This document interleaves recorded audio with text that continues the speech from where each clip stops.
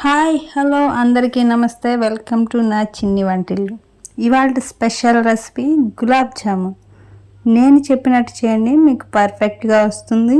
నేను చెప్పే ఈ చిన్ని టిప్స్ వాడటం వలన చాలా ఈజీగా, టేస్టీగా, సింపుల్గా గులాబ్ జామున్స్ ఇంట్లోనే చేసుకోవచ్చు. చాలా అంటే చాలా సాఫ్ట్గా వస్తాయండి గులాబ్ జామున్స్. ఇప్పుడు రెసిపీలోకి వెళ్ళిపోదాం రండి. ముందుగా 2 కప్పుల ఇన్స్టెంట్ గులాబ్ జామున్ మిక్స్ తీసుకోవాలి. అందులోకి 3/4 కప్పు కాచి చల్లార్చిన పాలు తీసుకొని కొద్దిగా పాలు వేసుకుంటూ సెమీ సాఫ్ట్గా అంటే మృదువుగా కలుపుకోవాలి. పిండి కలుపుకునే దాంట్లోనే ఉందండి గులాబ్ జామున్ పగుళ్ళు రాకుండా రావాలంటే. ఇప్పుడు పిండిని ఒక 10 నిమిషాలు పక్కకు పెట్టుకుందాం. ఇప్పుడు పాకం రెడీ చేసుకుందాం రండి.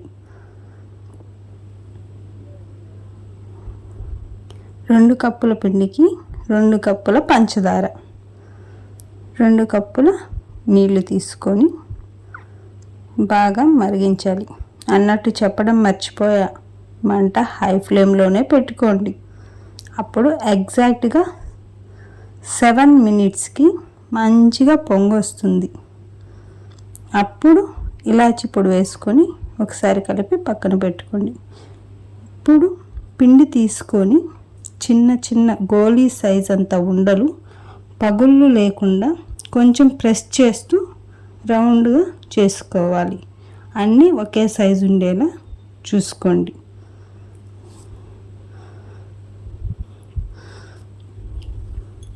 ఇప్పుడు మంట మీడియం ఫ్లేమ్లో పెట్టుకొని నూనెని మీడియంగా వేడి చేసుకోండి.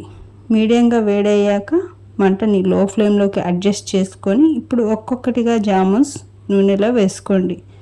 అవి ఒక్కొక్కటిగా పైకి తేలుతూ వస్తూ ఉంటాయి. అప్పుడు గంట పెట్టి తిప్పుతూ మంచి గోల్డెన్ బ్రౌన్ కలర్ వచ్చేంత వరకు ఫ్రై చేసుకోవాలి. అలా అన్నీ ఫ్రై చేసుకొని తీసి పాకంలో వేసుకోండి.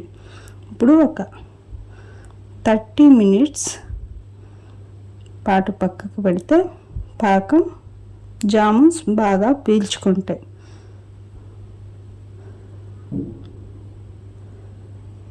ఇప్పుడు 30 మినిట్స్ తర్వాత చూస్తే జామున్స్ పాకం బాగా పీల్చుకొని జ్యూసీగా ఉంటాయి. ఇంతేనండి గులాబ్